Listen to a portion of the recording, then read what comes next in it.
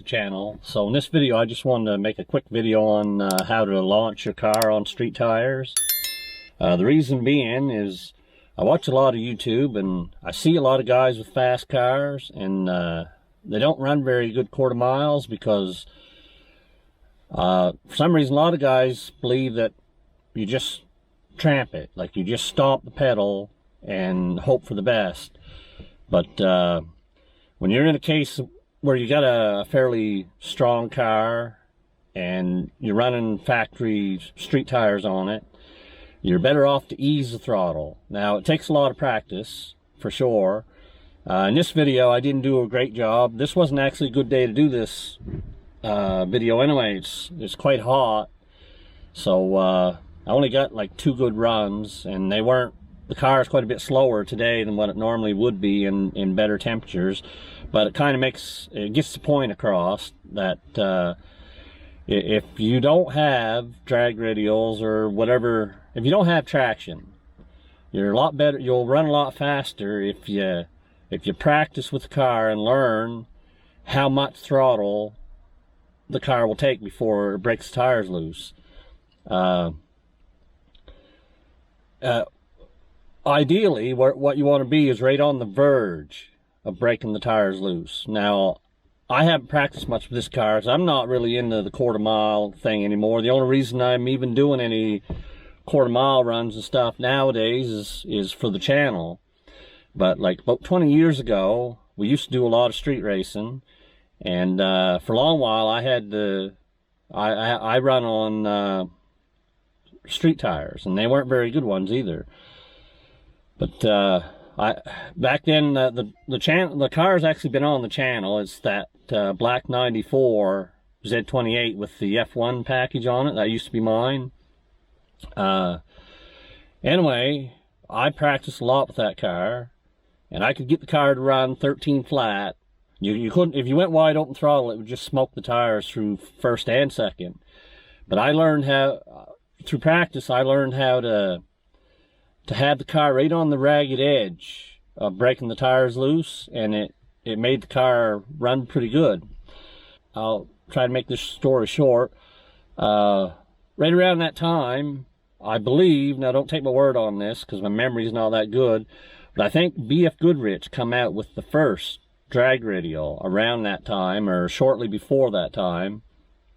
And so I ordered a set. And I remember thinking, when I got them, that I was going to be in the 12s, because I was running 1301, and I could run that time after time, and I'll get into that a little bit more here in a minute. So anyway, I bought the drag radials, put them on, and imagine my disappointment when I had the drag radials on, and I still run a 1301. But that just goes to prove that with enough practice, that you can run just as fast on street tires as a set of drag radials in certain cars. Now, if you got a stall converter, then this really doesn't apply to you. And if you got a stick car, you can kind of do the same thing, but it's going to take a lot of practice. But I'm basically talking about like street cars that just have bolt-ons that run, you know, run low 13s, high 12s. If you're talking about a low 12 car or faster, then I mean, this is still going to help, but you're going to be far from running your optimum quarter mile. These guys that you see running at the track, they got the brand new LT1 Camaros or the Coyote Mustangs, and you see them running like mid 13s, low 13s. If you don't stomp the pedal, if you learn, it takes a lot of practice, but if you learn to bring them tires right on the ragged edge of breaking loose, you'll run in the 12s with either one of those cars. Those are low 12-second cars with a good tire on them.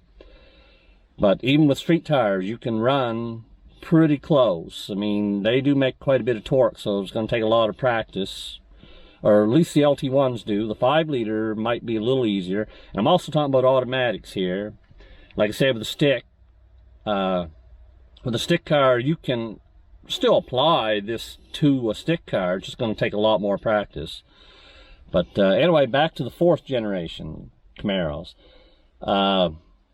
And this applies to the 93 to 97 LT1, and it also applies to this car, the 98 to 2002 LS1.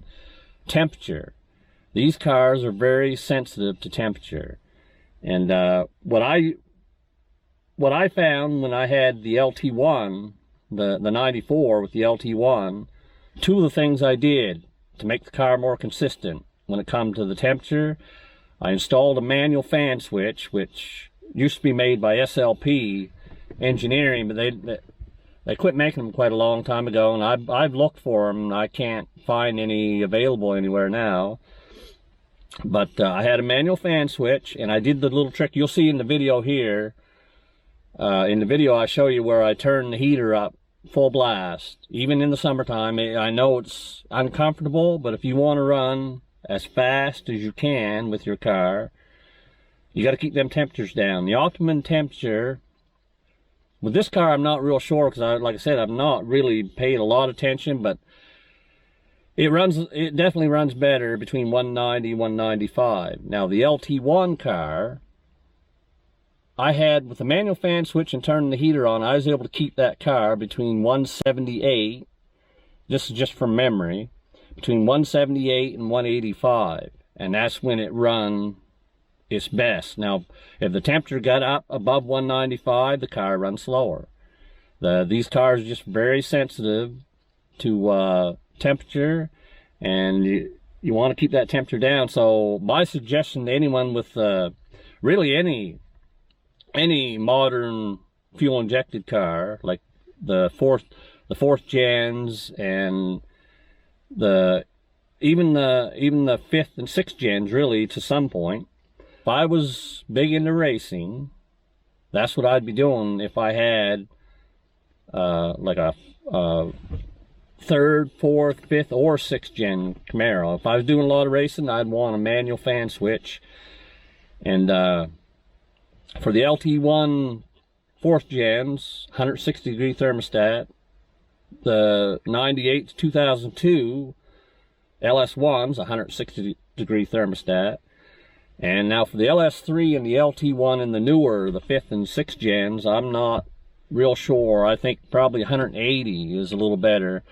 I think they like to run a little warmer. Now, you might be thinking, well, you can just do that in your tune, turn your fans on more often, but during regular driving, you want your car to run about the temperature that the factory wants it to run at, because they are more efficient. And when I say more efficient, I mean more efficient fuel-wise, fuel mileage, and emissions. And don't take my word on this, but also I think I read one time that the higher temperatures, you get less cylinder bore wear with the slightly higher temperatures. But when you're running the quarter mile, you want the temperature down. And so if I don't do any racing actually now, and I wouldn't even bother running the quarter mile if it wasn't for this channel. But if I was, that's one of the things I would be getting, is a manual fan switch. I don't know if anybody makes one for any of these cars now or not. I haven't been able to find one for this car, but you can do it. You can make a manual fan switch yourself, but if you do, go online and see if someone else has done it, because you don't want to do a hack job.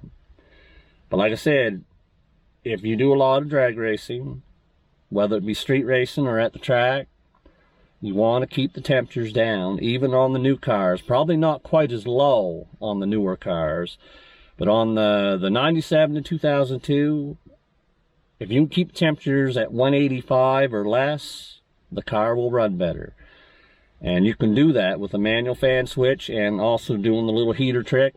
And then when it's time to go, like whether you're at the track or on the street, when it's time to go, just before it's time to hit the throttle, turn all that stuff off. You don't want that power draw, because then you're going to be drawing a lot of extra power, which is going to, your alternator is going to be working harder, and you're going to take some power away from the car. But if you can keep the temperatures down, the car will run better. It'll run more consistent as well. But anyway, guys, I don't know if this video, if anybody even cares about it, but I thought I'd put it out. This wasn't the best day to do it. It's quite hot out. The car's not working as good as it normally would. Another thing, guys, if you're watching our videos, if they're helpful at all or entertaining at all, hit that subscribe button. I'll give you an example why these videos actually take quite a bit of time. I wasn't even going to do this video today, at least. I was going to wait and do it some other time, which probably I should have waited for cooler temperatures. But anyway, I wasn't going to do this video. Seems like all my spare time is spent making videos and then spending hours editing videos. But so I made up my mind I wasn't going to do anything today. Then I happened to go on our YouTube channel and I seen we had 1 new subscriber. So I said that was all the motivation I needed to go out and shoot this video. Anyway, guys, hope somebody gets something from this video, and we'll catch you in the next one. Okay, guys, so I'm just waiting for some traffic to clear up here. While we're waiting, one of the tricks I use for this car, and what I used on the 94 Z28 when I had it, is when I'm waiting to make a run, I got the heat turned up full blast. It's uncomfortable, but it helps keep the engine temperatures down. I've been sitting here idling for 10 minutes and it's quite hot outside. I don't know if you can pick that up on the camera, but the coolant temperature is 185. Now, mind you, the incoming air temperature, it raised clear from 70 to 91 sitting here. So obviously I gotta do some more to fix the air box up. But anyway, this is a good idea, running a heater like this to... These cars are sensitive to temperature, so if you can keep the temperature down, they'll run a lot better. So anyway, but what you do when you get all set up to make you run, turn it off. You don't want to be using that power. Just make sure air conditioner, or not your air conditioner, make sure your alternator run a little harder, which can rob you of some power. Anyway, I'm going to cool this off a little bit before I make the first 0 to 60 run.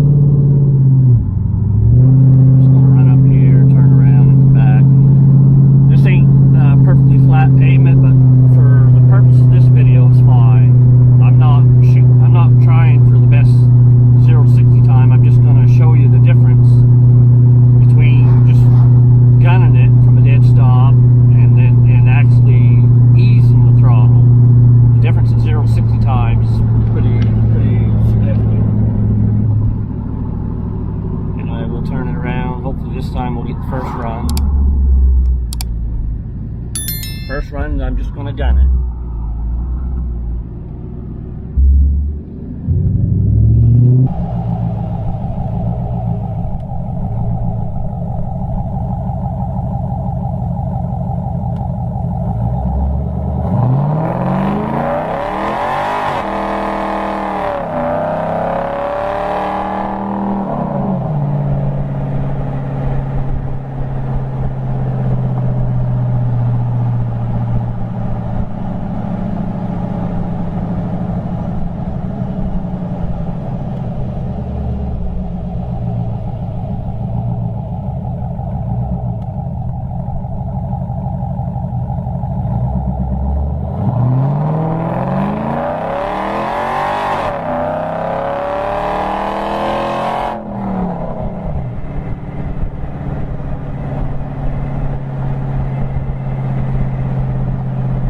Showing side by side the difference between stomping the pedal and easing into it.